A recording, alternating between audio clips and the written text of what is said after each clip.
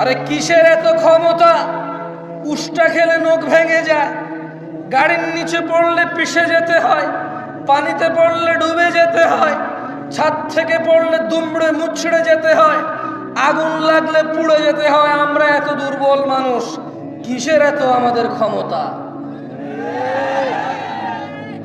20 kilometre বেগে দৌড়ানোর ক্ষমতা, অথচ আল্লাহ এই দুইটা পা দিয়ে 60 বছর দাঁড় করায় রাখে, এমন পা যেখানে একটা কাঁটা ঢুকে যায়। এই একটা ছোট্ট কাঁটা আর সুই ঢুকে গেলে হাঁটার ক্ষমতা নাই কারো ব্যথায়।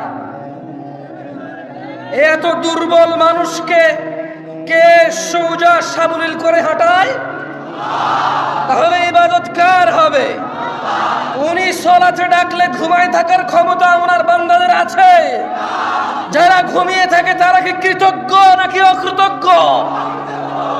আল্লাহ সুবহানাহু ওয়া তাআলা কোরআনুল কারীমে বলছে, ইয়াউমা লা ইয়ানফাউ মালুন ওয়ালা বানুন, যেদিন ধন সম্পদ সন্তান সন্ততি কাজে আসবে না, ইল্লা মান আতাল্লাহ বিকলবিন সালিম, সেদিন শুধু উপকৃত হবে বিশুদ্ধ অন্তঃকরণ নিয়ে যে আল্লাহর কাছে যাবে।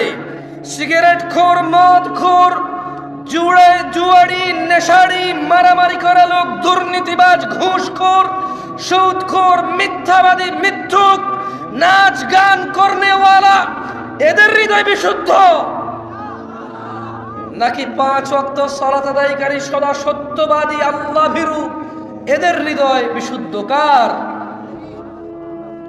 যে জুমার দিন সর্বশ্রেষ্ঠ দিনকে কেন্দ্র করে শেভ করে, তার হৃদয় বিশুদ্ধ না? এদেশে শেভের দিন কোন দিন বলতে পারেন? এদেশে শেভের দিন কোন দিন বলতে পারেন? বিয়ের দিন শুক্রবার, শেভের দিন শুক্রবার। এই দেশে সিনেমা নাটক রিলিজ হয় কোন দিনে বলতে পারেন? কেন? সবার বন্ধ, সময় আছে সিনেমা দেখবে, এই জন্য শুক্রবারে সিনেমা নাটক বের হয় এদেশে। রমাদানের পর ঈদ আসে, ইবাদত, কুরবানি আসে, ইবাদত। ওরা জেনে গেছে, ইহুদি নাসারারা, মুনাফিকদের অনুসারীরা জেনে গেছে, এখানকার মুসলিমরা আল্লাহর পক্ষ থেকে দেওয়া আনন্দ, ঈদের আনন্দ, আল্লাহর ইবাদত সৎ পথে না থেকে সিনেমা নাটকে মজে উঠবে, মেতে উঠবে। তাই ওরা ঈদ কুরবানি কেন্দ্র করে ওরা সিনেমা নাটক বানায়। ওরা জানে সবার ছুটি, চাকরি নেই, বাকরি নেই, বেতন আছে।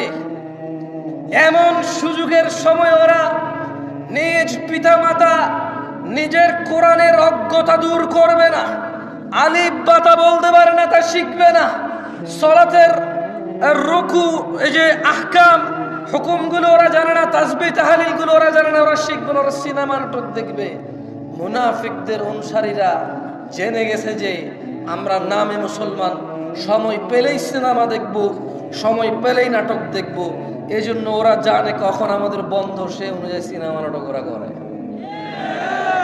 এ হচ্ছে আমাদের ইমেজ মুনাফিকদের অনুসারীদের, শয়তানদের অনুসারীদের কাছে। ওরা জেনে গেছে আমরা কখন শেভ করি, ওরা জেনে গেছে আমরা কখন সিনেমা নাটক দেখি, সে অনুযায়ী ওরা আমাদের জন্য বানায়।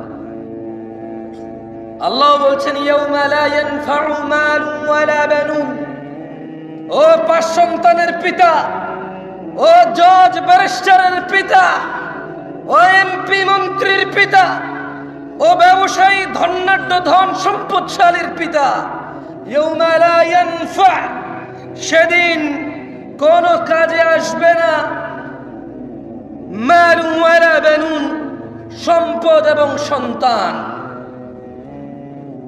ইল্লা মান আতাল্লাহ বিকলবিন সালিম, সেদিন শুধু উপকৃত হবে যে আল্লাহর কাছে একটা বিশুদ্ধ, সুন্দর, পরিষ্কার অন্তর নিয়ে হাজির হবে। ওয়াউজলিফাতিল জান্নাতু লিল মুত্তাকিন, আল্লাহ ভীরুদের জন্য জান্নাতকে নিকটবর্তী করা হবে। ওয়াবুররিজাতিল জাহিমু লিল গাওয়িন, ওয়াবুররিজাতিল জাহিমু লিল গাওয়িন, এবং পথ ভ্রষ্টদের জন্য জাহান্নামকে উন্মোচিত করা হবে। লা হাওলা ওয়ালা কুওয়াতা ইল্লা বিল্লাহিল আলিয়্যিল আযীম। তাহলে পথ ভ্রষ্টের জন্য সেদিন কি করবে আল্লাহ? আপনারা কি শুনেন নাই আমি কি বলছি? জাহান্নামকে কি করবে? খুলবে। জাহান্নামকে কি করবে? খুলবে, মেলে ধরবে, উন্মোচিত করবে আল্লাহ সুবহানাহু ওয়া তাআলা পথ ভ্রষ্টদের জন্য। ওয়াকিলা লাহুম, এবং ওদের তিনি সুবহানাহু ওয়া তাআলা বলবে, আইনামা কুনতুম তা'বুদুন, তারা কোথায় যাদের তোমরা ইবাদত করতে, মিন দুনিল্লাহ, আল্লাহর পরিবর্তে যাদের তোমরা ইবাদত করতে। আল্লাহ তার রাসূল বলেছে ডান হাতে খেতে, তুমি বাম হাতে খাও, কারণ সিনেমার নায়ক বাম হাতে খায়। আল্লাহ নবী সাল্লাল্লাহু আলাইহি সাল্লাম চুল একরকম কাটতে বলেছে, তুমি এটার মধ্যে এমনি উমনি আইকা উইকা ছোট, এখান দিয়ে ওখান দিয়ে বড়, এখান দিয়ে হ্যান এখান দিয়ে তেন, এখান দিয়ে লাল ওখান দিয়ে নীল এখান দিয়ে বেগুনি।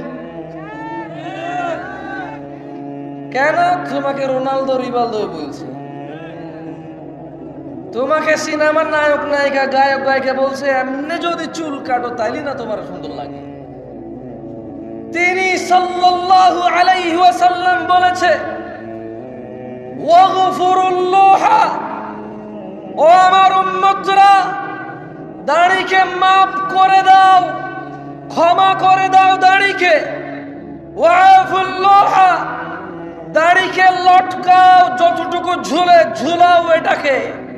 তুমি বলো সিনেমার নায়ক বলেছে, যখন তুমি একেবারে এটাকে শেপ করে ক্লিন করে সিদ্ধ ডিমের মতো হয়ে যাবা, তখন তোমার সুন্দর লাগবে।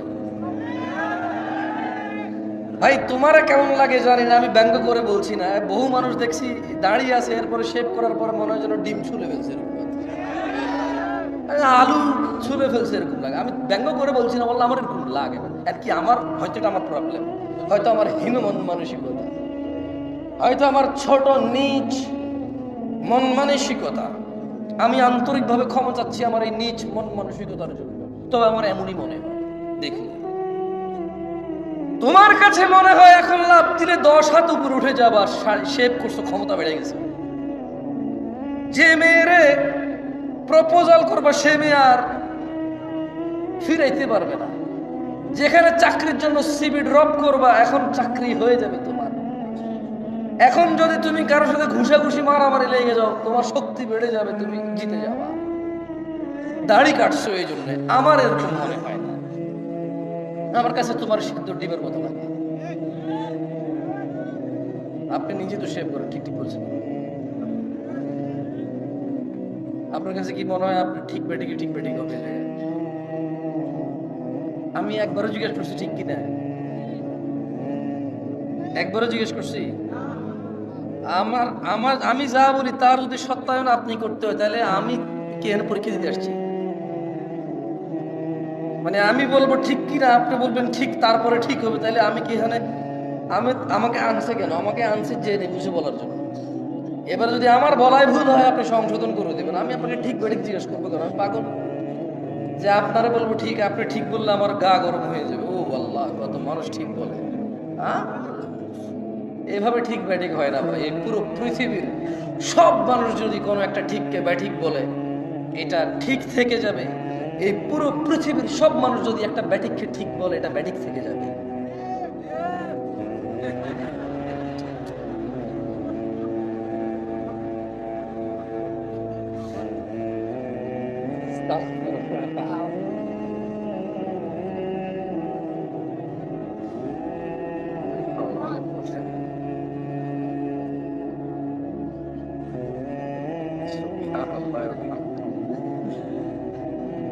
আচ্ছা, আমি 2-3 বার ঠিক কিনা জিজ্ঞেস করবো, আপনারা জবাব দিবেন। তাইলে আশা করি মনের ভিতরে যেটা এতক্ষণ না বলতে পারার কষ্টটা চলে যাবে। ঠিক কিনা, ঠিক কিনা, ঠিক কিনা, কি ঠিক? এই দেশে ঠিক কিনা বলার পরে যে ঠিক বলে সবাই, এটার কোন ঠিক থাকার দরকার নেই। এই ঠিক কিনাটাই ঠিক, বুঝছেন? কোনো সাবজেক্ট হওয়া লাগবে না, ঠিক কিনা এটাই একটা সাবজেক্ট, এটাই ঠিক। এবং ধরেন আমি বলি আমাদের অবস্থা এমন, আমি দেখলাম যে ধরেন এক্স ওয়াই রে ঘুষি দিছে, আমি হইলাম জেড, এটা দেখছি। এক্স ওয়াই রে ঘুষি দিছে, আমি জেড দেখছি। এখন এক্স আইসা যখন আমার বলো যে জামশেদ ভাই কোন জীবনে বেয়াদবি দেখছেন? না। আপনাদের সাথে কোনোদিন বেয়াদবি করছি না? আসলে করেন নাই। ভাই আমি পারছি না, না আমি তো দেখিনি। কেন আমার বিচারক মানছে তো, একদম জীবন আমার সাথে বেয়াদবি করে নাই, আপনাদের সামনে জীবনে বেয়াদবি করছি কোনোদিন দুই কথা হয়েছে ভাই কোন ভাই? এগুলোকে যখন আমার যখন ফুলাই আমার সাক্ষী মানে না না আসলে বেয়াদবি কোনোদিন করেন না।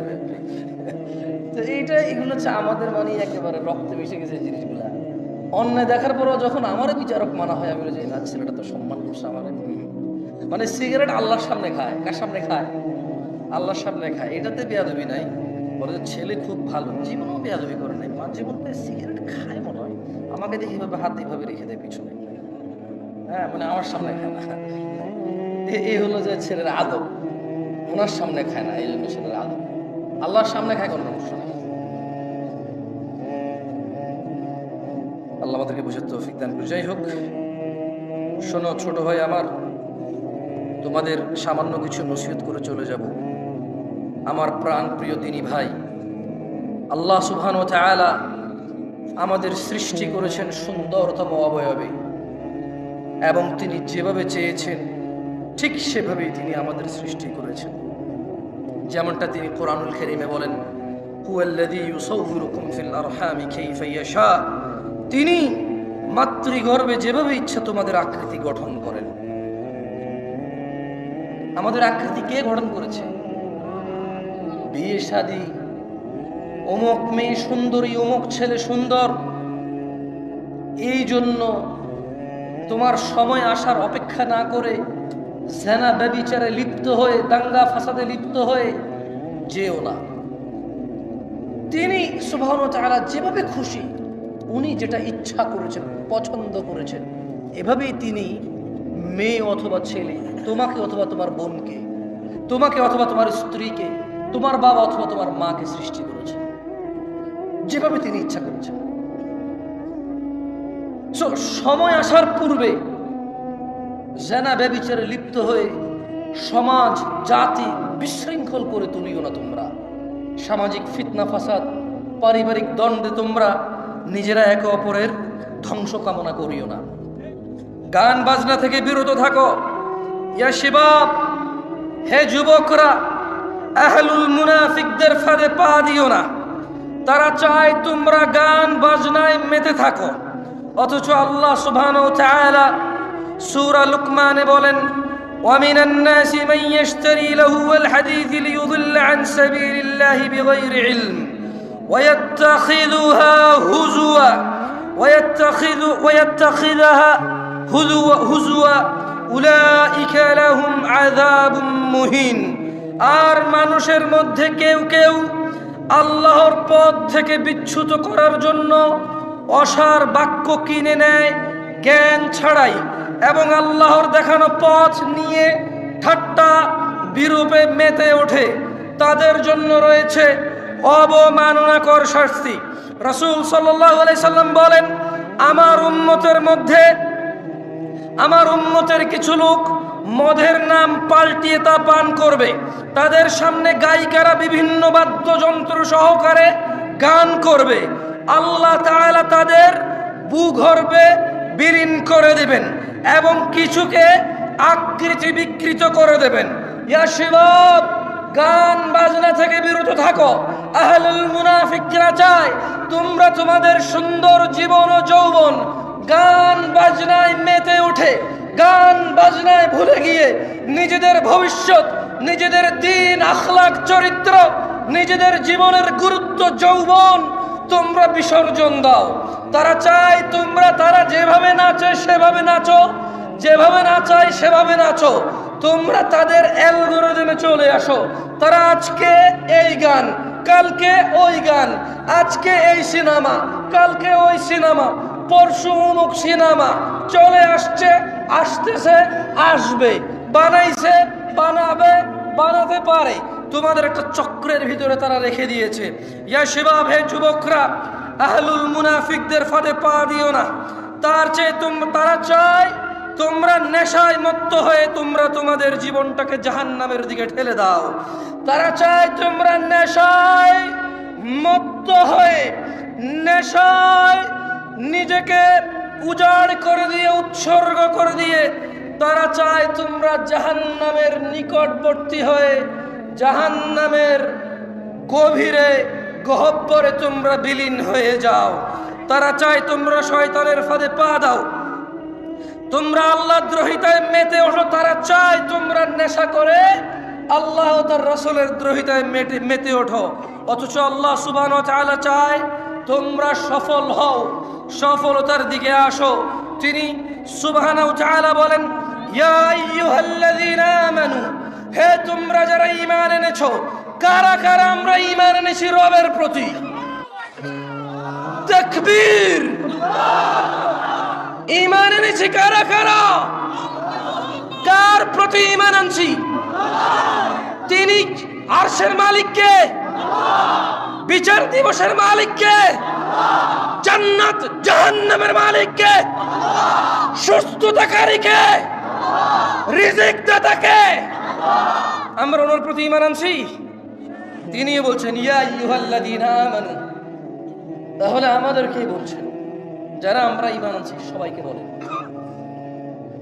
যে বেঈমান, মুশরিক, কাফের ওকে বলেনি। তিনি সুবহানাহু ওয়া তাআলা আমাকে, আপনাকে, আমাদের, আমরা যারা ঈমান এনেছি ওদেরকে বলছেন যে ইন্নামাল খামরু ওয়াল মাইসির ওয়াল আনসাবু ওয়াল আজলামু রিজসুম মিন আমালিশ শাইতান। ইয়া আইয়ুহাল্লাযীনা আমানু ফাজতানিবু। হে তোমরা যারা ঈমান এনেছো, নিশ্চয়ই মদ, জুয়া, মূর্তি পূজার বেদী ও ভাগ্য নির্ণয় করা তো কেবল ঘৃণার বস্তু, শয়তানের কাজ। ফাজতানিবু, তোমরা এটা থেকে বিরত থাকো, তোমরা এটা বর্জন করো। ফাজতানিবু লাআল্লাকুম তুফলিহুন। মদ, জুয়া এগুলো তোমরা বর্জন করো, লাআল্লাকুম তুফলিহুন, যাতে তোমরা সফল হও। মুনাফিকরা চায় মদ, জুয়া, খেলাধুলা, হাসি তামাশায় আমরা আমাদের জীবনটাকে বিলিয়ে দেই, উৎসর্গ করে দেই। জাহান্নামের অধল নিচে আমরা নিজেদেরকে, কি বলে এটাকে, মানে আমরা জাহান্নামের নিম্ন পর্যায়ে পৌঁছে যাই। এটা হচ্ছে মুনাফিকদের চাহিদা। গান বাজনা, নেশা, জুয়া এগুলো দিয়ে আমাদের কি করবে? মোবাইলে জুয়া খেলা যায় কিনা? এখন খেলা তোমরা কেউ কে হ্যাঁ বলছো না? আপনি কিছু বলবেন? ঠিক আছে। রাসূল সাল্লাল্লাহু আলাইহি সাল্লাম বলেছেন, আমার উম্মতের মধ্যে এমন অনেক সম্প্রদায় হবে। কি হবে? একটু আমার সাথে বলিয়েন। রাসূল সাল্লাল্লাহু আলাইহি সাল্লাম বলেছে, আমার উম্মতের মধ্যে অনেক সম্প্রদায় হবে। কি হবে? যারা জিনা, ব্যভিচার, রেশমি কাপড় ব্যবহার, মদ, পান ও গান বাদ্যকে হালাল করে নেবে। কি কি হালাল করবে?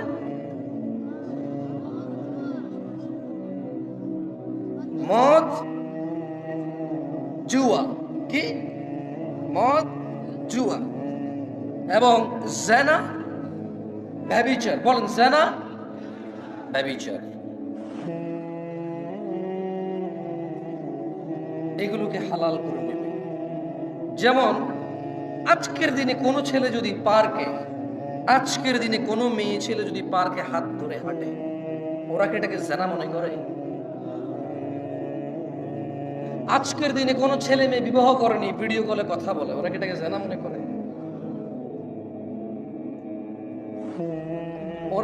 ওরা ভাবে আমরা তো উলঙ্গ হইনি, আমরা তো দুইজন উলঙ্গ হইনি, দুইজন আমরা কোনো গোপন সম্পর্কে জড়িত হইনি। ওরা মনে করে শুধু দৈহিক মিলনই হচ্ছে জিনা, এর বাহিরে আর জিনা নাই। এটা ওরা বলছে। এই জন্য আপনি দেখবেন কিছু ছেলে প্রশ্ন করবে, হুজুরদের কাছে করে, আমি তো আসলে বড় আলেম না, অনেক আলেমের কাছে প্রশ্ন যায় যে আমি নিয়েন না, মনে কষ্ট নিয়েন না, লজ্জা পাইয়েন না, এই তোমাদের যে ক্যামেরাগুলো তোমরা এখন ঘুরাবা না কেন, একদম যেভাবে সেভাবে স্টিল থাকুক। আমি কাউকে লজ্জা দিতে চাই না। যাদের হাতে মোবাইল আছে বন্ধ করে দাও, 2 মিনিটের জন্য আবার তোমরা চালু করে একটা পরীক্ষা নেব। যাদের হাতে মোবাইল আছে তোমরা বন্ধ করে দাও, যেগুলো চলতেছে এগুলো তো কাউকে দেখা যাচ্ছে না। আমি যে প্রশ্ন করবো স্টেজের আশেপাশে আপনারা কেউ হাত তুলিয়েন না, কেমন? কারণ এই ক্যামেরায় চলে আসবে তো। আমি চাই না আমার কোনো মুসলমান ভাইকে আমি অপমান করি, এটা আমি চাই না। আমি চাই না ওর সম্মান নিলামে উঠে যাক, ফেসবুক উঠে যাক, ইউটিউব উঠে যাক, আমি চাই না। আমি চাই ইসলাহ, সংশোধন। আমি কি চাই? সংশোধন। আমি একটা প্রশ্ন করব, আপনারা সত্যি জবাব দিবেন আমাকে, কথা দেন। লজ্জার কিছু নেই, কেউ কারোর দিকে তাকাবেন না, কেমন? এখন আমি আপনাদের একটা প্রশ্ন করবো, আপনারা জবাব দিন, এবং কেউ কারো দিকে তাকায়েন না। এটা দুষ্টামির কিছু না, এটা আফসোসের কিছু, এটা লজ্জাস্কর কিছু, এটা মানে মাথা নত হয়ে নাকে খত দেওয়ার চাইতে বেশি লজ্জাস্কর কিছু নেই। এটা আফসোস, আফসোসের কিছু, হাসি তামাশার কিছু হবে না। তবে আমি অনুরোধ করবো, কেউ কারো দিকে তাকাবেন না, কেউ কারো দিকে ক্যামেরা করবেন না, সত্যি করে জবাব দিবেন। আমি শুধু ইসলাহের জন্য জিজ্ঞেস করতেছি, যারা যারা আজকে ঈশান নামাজ পড়েন নাই এখনো, রাতের বাজে 11:30, যারা যারা আজকে ঈশান নামাজ এখনো পড়েন নাই তারা তারা হাত তোলেন। কেউ কারো দিকে তাকায়েন না, কেউ কারো দিকে তাকায়েন না, সবাই নিচের দিকে, নিচের দিকে তাকান। নামান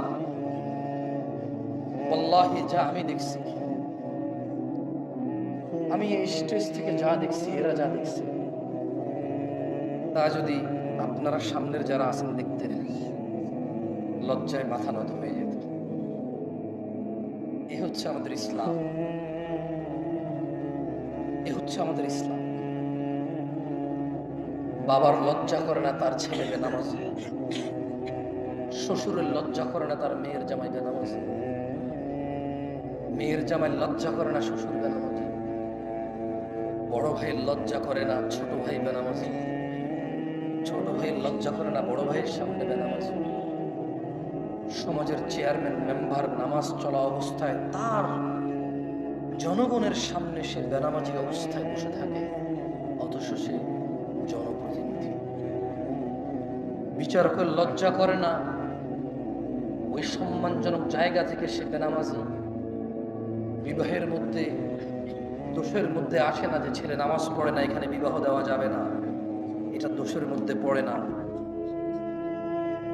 এদেশে ব্যবসা বাণিজ্যের পার্টনারশিপ করার জন্য, চাকরি বাকরি করার জন্য সলাতি ছেলেকে গুরুত্ব দেওয়া হয় না, কারণ এদেশের মানুষ বলে বোরখার ভিতরে শয়তান বেশি, নামাজেরই বেশি। ওর নিজে নামাজ আদায় করে না, তো এই জন্য এটা বলে, অথচ ও জানে না খারাপ আমরা সবাই মুশরিক ও গুনাহগার। খারাপ আমরা সবাই মুশরিক ও গুনাহগার, এটা এক বিষয়, আর মুসলিম ও গুনাহগার এটা আরেক বিষয়।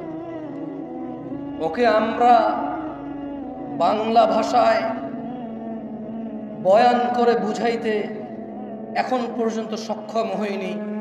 গুনাহগার মুসলমান আর গুনাহগার মুশরিক দুটার মধ্যে আসমান জমিনের পার্থক্য আছে।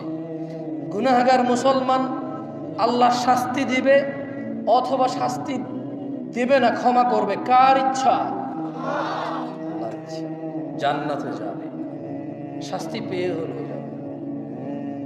আর বেঈমান গুনাহগার, কাফের গুনাহগার, মুশরিক গুনাহগার, ওর জান্নাতে যাওয়ার কোনো অবকাশ নেই। সালাত, নামাজ যে মধ্যখানের অন্তরায়, নামাজ যে মধ্যখানের অন্তরায়, এটা ওকে আমরা বুঝাইতে ব্যর্থ হয়েছি। ও সালাতকে সাপ্তাহিক অনুষ্ঠানে পরিণত করেছে, ও পাঁচতলা মসজিদ এজন্য করেছে কারণ জুমায় জায়গা দেওয়া যায় না, ফজরের জন্য করেনি। ধিক্কার এমন পরিকল্পনাকারীর উপর। আমি জামশেদ মজুমদার বলি, সেই মনীয় লজ্জা, লজ্জা পাও তুমি। আমি ব্যক্তিগতভাবে বলি, লজ্জা পাওয়া উচিত তোমার।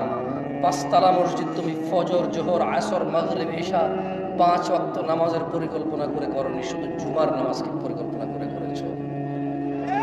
তুমি সলাতুল জুমাকে সাপ্তাহিক অনুষ্ঠান, রীতির আওয়াজে পরিণত করেছো। তুমি সলাতকে সপ্তাহের এক ওয়াক্তে গিয়ে ঠেকিয়েছো। সলাত মুসলমান ও কাফেরের মধ্যে পার্থক্য বুঝাইতে অক্ষম হয়েছে তুমি। মসজিদের সভাপতি, তুমি নিজেই তো সলাত আদায় করো। সত্যি কথা বলেন, যারা নামাজ পড়েন নাই তারা তো পড়েন নাই, যারা নামাজ পড়েন তারা একটু হাত তোলেন তো, পড়েন সবসময়। আচ্ছা বলেন তো, টাইলস কি আপনার জন্য জরুরি নামাজ পড়ার জন্য? ফ্যান, এসি, যারা সলাত আদায় করে এত দরকার না, মানে হইলে ভালো, গরম লাগে ফ্যান চললে বাতাস লাগবে, নালে ঘামা যাবে একটু দিতে। কার্পেট হইলে ভালো, নালে ওই যে সিরামিক শক্ত অথবা ফ্লোর শক্ত, হাঁটু অথবা ওই যে পায়ের, এটাকে কি বলে ভাই, পায়ের যে জায়গাটার নাম কি বলে? হ্যাঁ সরি, টাকনু। তো টাকনু, এই হাড্ডিটা নালে কালো হয়ে যাবে ফ্লোর, এই তো একটু ব্যথা লাগবে, দীর্ঘদিন নামাজ পড়লে আস্তে আস্তে কালো হয়ে যাবে এটা, ওই চাপ খেয়ে এই তো আর কি। কার্পেট দিলে একটু আরাম লাগে। সলাত আদায়কারী কি কার্পেটের অপেক্ষা করে, ফ্যানের অপেক্ষা করে? শীত গরম বুঝেও কার জন্য এই সুন্দর না, কার জন্য এই সুন্দর সুন্দর মসজিদ গুলো বানিয়ে রাখেন শুধু জুমার সালাত আদায় করার জন্য? মুসলিমদের টাকা অপচয় করা ছাড়া কিচ্ছু না। বানান বানান, আল্লাহ তৌফিক দিক, একসময় ভরে যাবে ইনশাআল্লাহ, ভরে যাবে ইনশাআল্লাহ। কারণ দিন অনেকের কাছে স্পষ্ট এখন, মাশাআল্লাহ। আমি এতটুকু বলতে পারি, আজকের দিনের মুরব্বীরা, আজকের দিনের যুবকদের অনেক ভুল দেখে। এগুলো হচ্ছে টেকনোলজি, মানে ওদেরকে দ্রুত করে দিচ্ছে, ওদেরকে কি করে দিচ্ছে, ফাস্ট করে দিচ্ছে। এছাড়া মুরব্বীদেরকে যদি আমি বলি, বুকে হাত দিয়ে সত্য কথা বলেন তো, আপনার যুগের যেই জোয়ান পোলাপান ছিল, এখনকার যুগের পোলাপানকে অনেকেই দাড়ি রাখে না? বলবে যে হ্যাঁ, আগের তুলনায় এখন অনেক বেশি রাখে। এখন অনেক ছেলে পেলে, অনেক পয়সাওয়ালার ছেলে পেলে, অনেক স্মার্ট ঘরের ছেলে পেলে, অনেক জেনারেল ছেলে পেলে 5 ওয়াক্ত নামাজ পড়ে দাঁড়িয়ে রাখে, মাশাআল্লাহ। এরকম আছে এখন। এখন অনেক মানুষ দিন শিখতে চায়। একটা সময় মাহফিলে এত মানুষ, এটা কল্পনা করা যেত, কল্পনা করা যেত, মুরব্বীরা যারা আছেন করা যেত। এখন মানুষ চায়। আমি আমার বক্তব্য 33 হয়ে গেছে, যেহেতু আপনারা বিরক্ত হন নাই, আমি আর 7 থেকে 8 মিনিট কথা বলে যাব। আমি আপনাদের অনুরোধ করব, আমি সেই দূর থেকে আসছি, অনেক দূর থেকে আসছি। আমার এই আশা আপনি আস্থা রাখেন। আমি আল্লাহর কাছে অতটুকু কামনা করি, আমি আল্লাহর কাছে বলি যে ইয়া আল্লাহ, যেহেতু আমি যদি কাউকে কিছু শিখাই, সে যদি আমার থেকে শিখে এটা আমল করে, সে যতটুকু পাবে তার থেকে কমবে না, আমাকে তুমি অতটুকু দিবা। সেজন্য আমি আল্লাহর কাছে দোয়া করি, আল্লাহ আমি যা শিখাই মানুষকে তুমি তা শিখে মানার তৌফিক দান করো, এবং আমাকেও তা পালন করার সর্বোচ্চ তৌফিক দান করো। 6 থেকে 7 মিনিট বা 10 মিনিট কথা বলবো, মনোযোগ দিয়ে শোনেন, দেখেন আপনার জীবন পরিবর্তন হয় কিনা। যদি এতে না হয়, আপনি চেষ্টা করিয়েন যাতে ইলম অর্জন করার চেষ্টা করেন, যাতে আপনার জীবনটা পরিবর্তন হয়। ইলম ছাড়া জীবন পরিবর্তন আসবে না। আন আবি হুরায়রা রাদিয়াল্লাহু আনহু قال, আপনারা সবাই আছেন? মনোযোগ সহকারে বলেন বিসমিল্লাহ। সুবহানাল্লাহ, সুবহানাল্লাহি ওয়া বিহামদিহি, সুবহানাল্লাহিল আযীম, সুবহানাল্লাহি ওয়া বিহামদিহি, সুবহানাল্লাহিল আযীম। বলেন আল্লাহুম্মা সাল্লি আলা মুহাম্মদ ওয়া আলা আলি মুহাম্মদ কামা সাল্লাইতা আলা ইব্রাহিম ওয়া আলা আলি ইব্রাহিম ইন্নাকা হামিদুম মাজিদ। اللهم بارك على محمد وعلى آل محمد كما باركت على إبراهيم وعلى آل إبراهيم إنك حميد مجيد দেখেন আপনাকে কি দিতে পারবো ভাই আমি জানি না, তবে এতটুকু বলি, আল্লাহ নবী সাল্লাল্লাহু আলাইহি ওয়াসাল্লাম বলেছে সুবহানাল্লাহ একবার পড়লে আসমান জমিনের খালি জায়গা নেকিতে পূর্ণ হয়ে যায়। সো আপনি এটা বলছেন আলহামদুলিল্লাহ। এরপর বলছে আলহামদুলিল্লাহ তামলাউল মিজান, আলহামদুলিল্লাহ বললে কিয়ামতের মাঠে যে পাল্লা হবে, মাপবে, গুনাহ এবং নেকি মাপবে। আলহামদুলিল্লাহ তামলাউল মিজান, আলহামদুলিল্লাহ শব্দটা বললে মিজান ভারী হয়ে যায়। সো এই জন্য আলহামদুলিল্লাহ বলাইছি, সুবহানাল্লাহ বলাইছি, ওই জিকির করাই নাই আর কি, শিখাইছি। জিকির করে নাই, বলো লা ইলাহা, এগুলো করে না, ওটা করি নাই আর কি, শিখাই দিছি যে সুবহানাল্লাহ বলিয়েন আসমান জমিনের খালি জায়গা পূর্ণ হবে নাকি। এবং ওই যে দুরূদ যদি কেউ একবার পড়ে, কয়বার? 10 বার রহমত নাজিল হবে। কয়বার?